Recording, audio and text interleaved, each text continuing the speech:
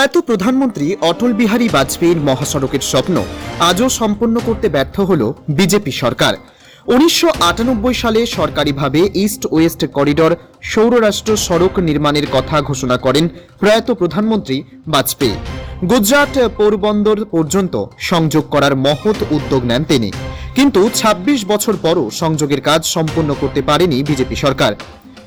হারাঙ্গাজাও থেকে বালাছড়া পর্যন্ত মাত্র 31 কিলোমিটারের অসম্পন্নতা। অথচ এই মহাসড়কে নির্বাচনী ইস্যু করে 2014 থেকে একের পর এক নির্বাচনে জয়ী হয়ে ক্ষমতায় এসেছে বিজেপি। বারবারই আশ্বাস আর আশ্বাস, কিন্তু আজও অধরা মহাসড়কের বাস্তব স্বপ্ন।